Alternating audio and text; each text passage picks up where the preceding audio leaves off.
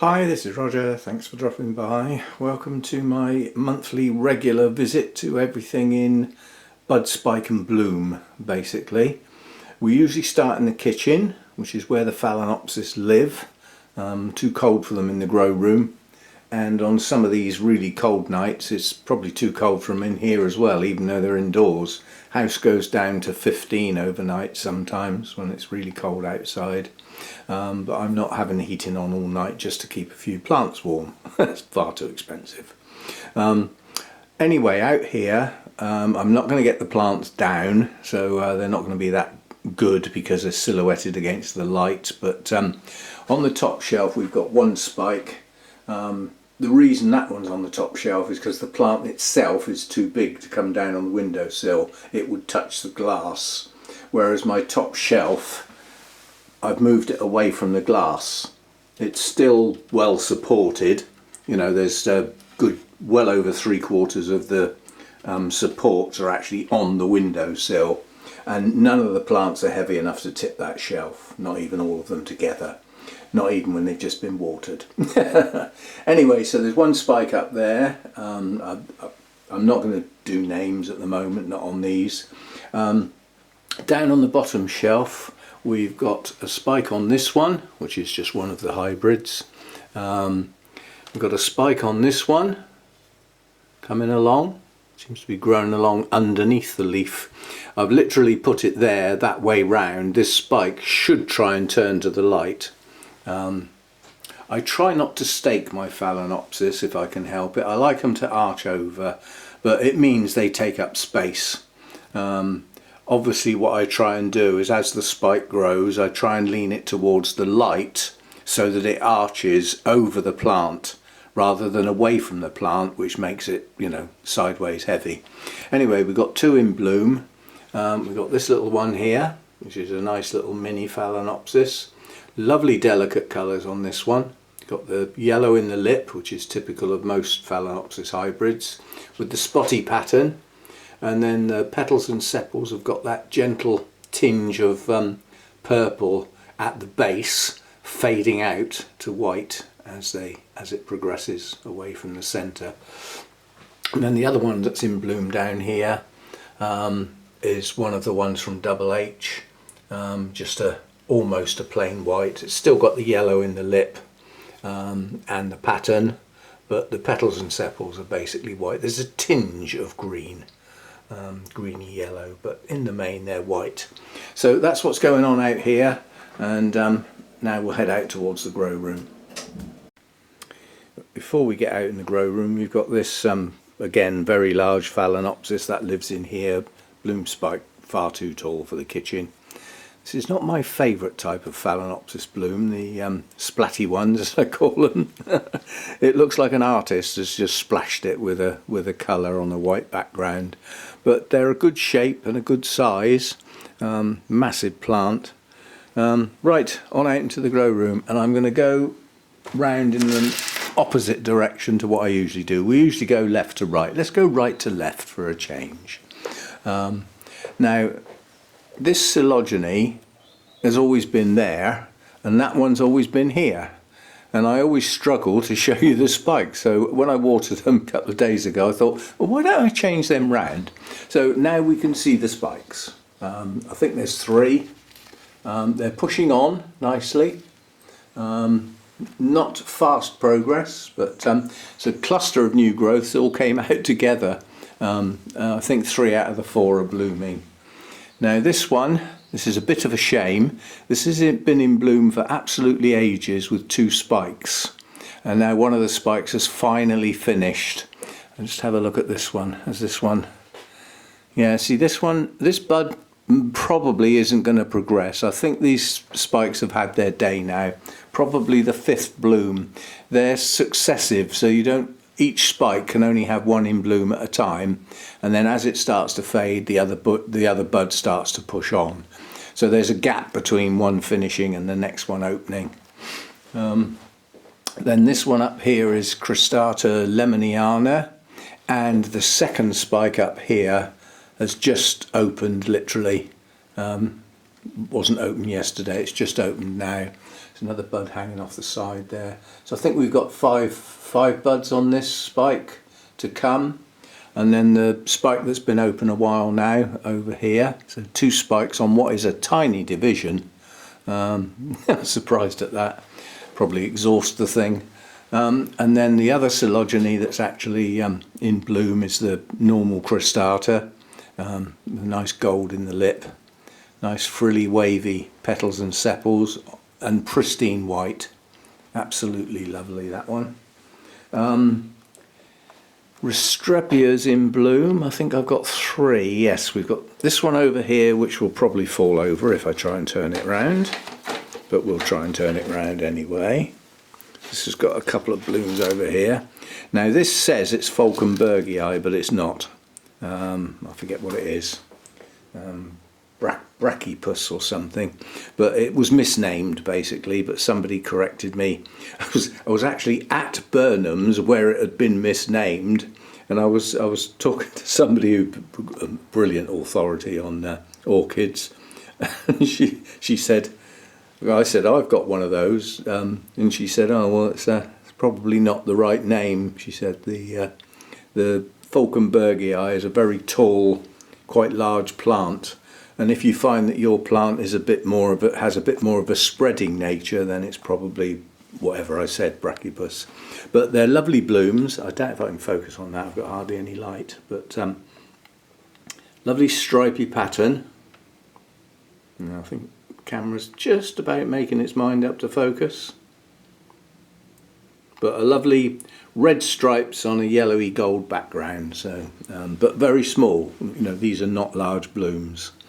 And then we've got this one here that's got a bloom on, and this one is Sanguinea. Again, nice blooms, but difficult to film in this light. And then I've got one other down here, which is the one we've just repotted, which says Cuprea hybrid. If it's got Cuprea in it, then there's not much. Because it's the wrong colour basically, but again, nice patterns. Let's see if I can get the camera to sharpen up on that one. Something like that. Anyway, that's the Restrepias. So we've got 3 in bloom at the moment. Right, coming across here, I've had a reshuffle. I moved a few plants around so that 4 of my Restrepias are over on this side of this shelf, so that I can see through here and I can see what's going on the bird feeders and the bird bath. And these are all over the left hand side as well. My Pimguiculas are really not doing very well. They do not like these temperatures at all.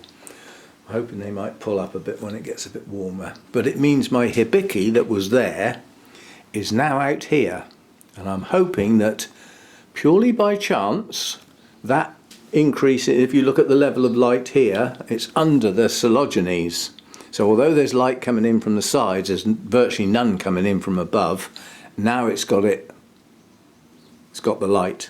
So maybe we'll get some buds. I mean, this grows absolutely brilliantly, but it's not really part of today. Now I've got buds on some of the Nobiles, but they're right up the back, so they're not easy to get at. But you can see that old cane there. Sorry about that, my thumb slipped onto the top. That old cane there between those leaves, that's got 2 buds on the top. Just starting. What else have we got? Anyway, oh, I can see another one that I can possibly get to.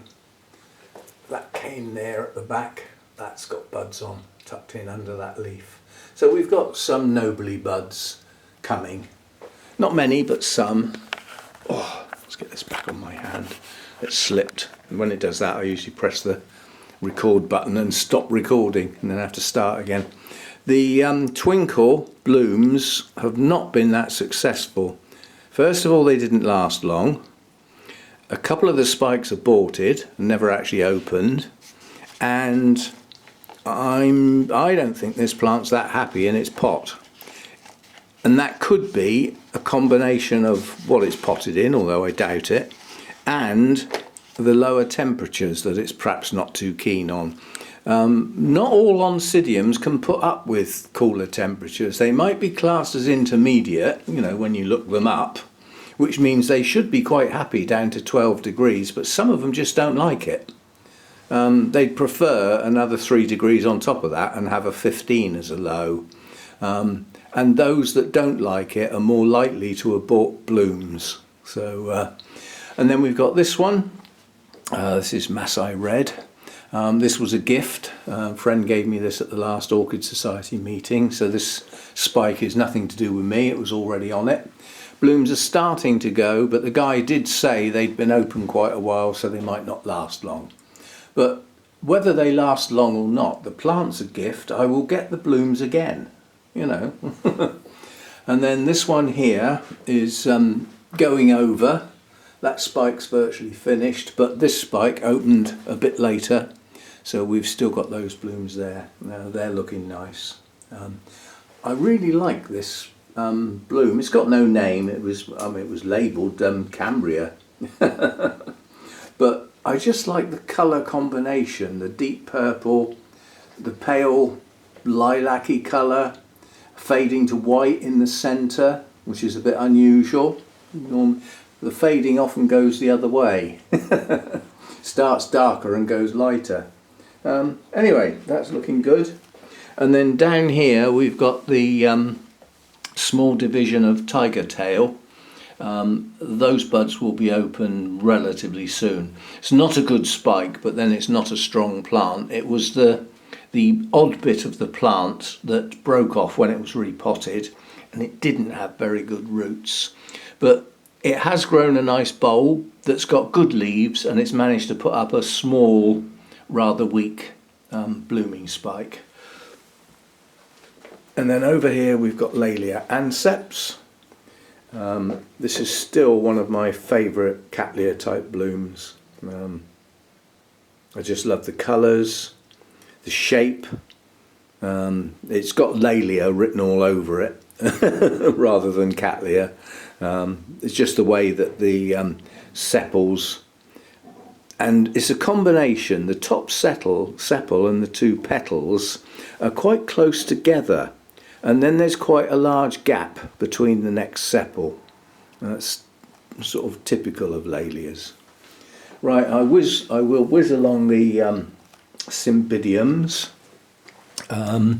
This one, the Cali Knight, has got 3 spikes on it. They're all doing quite well. Where's the third one? Oh, hiding around the back here. So there's one here, another one here, and another one here. That's got 3. The tiger tail over there has got 1 spike pushing on nicely, but it's way ahead of any of the others. All the other spikes on that plant are just starting, and yet that one's romping ahead. The bud's actually showing. And then we've got another one tucked in here with buds starting to show. It should start extending soon. Once it breaks cover, once it gets up above this leaf, then I'll get a stake on it and keep it central and keep it upright. Otherwise it might arch, and if it arches, I'll have trouble keeping it. And then this one over here with the 3 spikes already open, that's so far lost 2 blooms. I can see a third one on the way out here. You see the lip changes colour dramatically as the bloom actually goes over, compared with that one. You can see the difference in the colour. But 3 good spikes on that. I've been well pleased with that one. That's grown well and bloomed well. What have we got down here? We've got this one. This spike's pushing on nicely. It's got another spike down here. The little showgirl, if I can lift this out. Can we see the spike on that one? I don't think we can, it's still too small. But the little miniature showgirl has got a spike. Whoops, I'd have to get the plant out. Tray's fallen off, I'll put that back in a minute. And then up here again we've got this one, Pumilo. These blooms are not mine, they were on the plant when I bought it. It's doing nicely. I quite honestly I don't count a Cymbidium. When I buy a Cymbidium in bloom, I haven't grown it and I haven't got it to bloom. It's what it does next time will be down to me.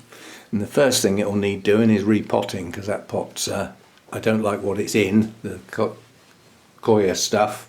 And it's a lovely deep pot, but it's not very big round the top. I'll have to have a look and see how much room there is for it to grow, and whether I can position it in a place where the new growth's got room, in which case it can go back in the same pot. But yeah, and then this one over here, can we see the spikes on this one?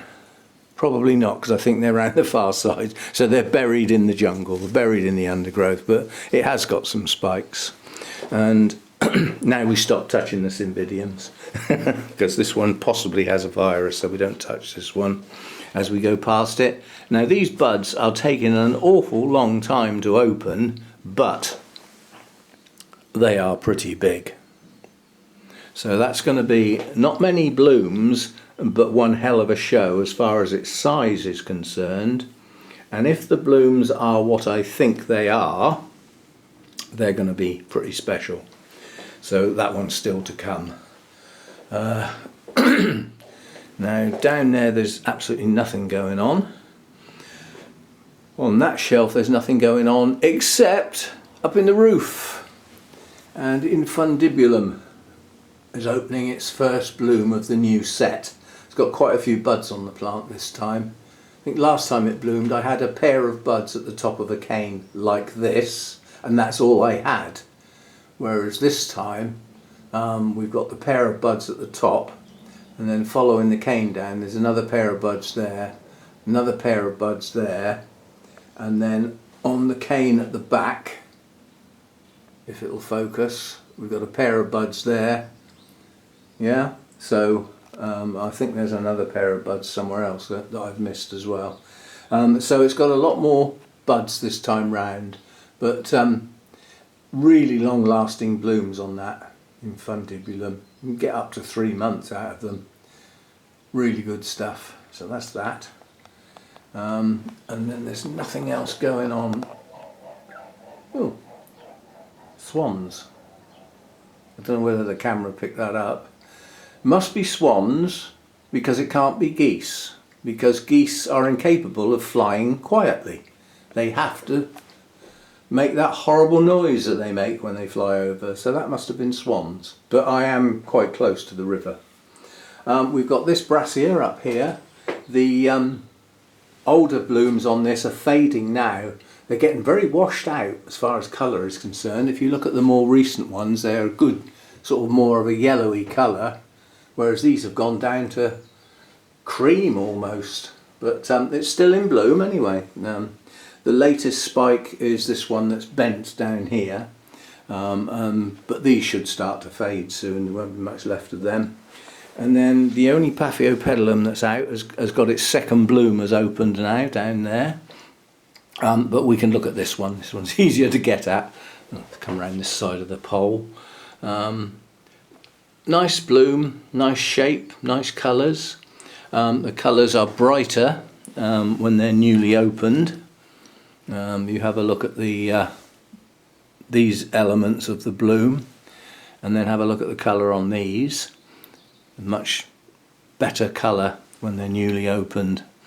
This seems to be a smaller bloom, not so sure, but I mean if you have a look at this bloom here, it's not staked, it's totally self-supporting despite it being quite large, whereas this one would have been self-supporting but it arched, so when the bloom opened it was pointing at the ground, so I did actually put a stake on it just to bring it up so that we can see it. And then last but not least is over here. And again, we don't touch. Well, if I touch it now, I haven't got anything else to film. So if I touch it now, all I've got to do is remember to wash my hands.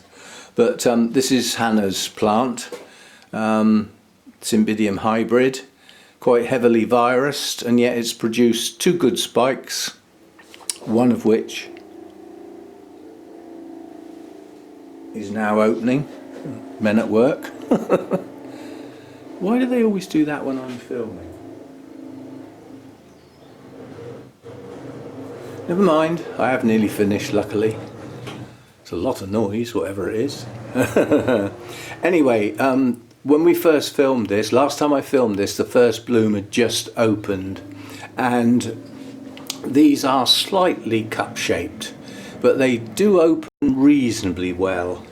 So again, nice colour. It's a shame the plant's virus, because I mean this is 2 really good spikes. If you look at the number of blooms on that spike, 3, 4, 5, 6, 7, 8, 9, 10, 11, 12, 13, 14, 15, 16, 17, 18, 19. There's 20 blooms on that spike. And there's a good few on this second spike as well. 2, 4, 6, 8, 10, 12, 14, 17 I think on that spike. And for a heavily virus plant that only produced 1 new growth, that hasn't even matured its bulb properly, that's pretty good going. And some of my others that aren't virus have not done anywhere near as well. Anyway, we'll end on that as the noise has started, whatever it is. And thanks for dropping by and everything. This is it now till Sunday. I've got a Orchid Society meeting tomorrow, so I'll be getting ready for that in the morning.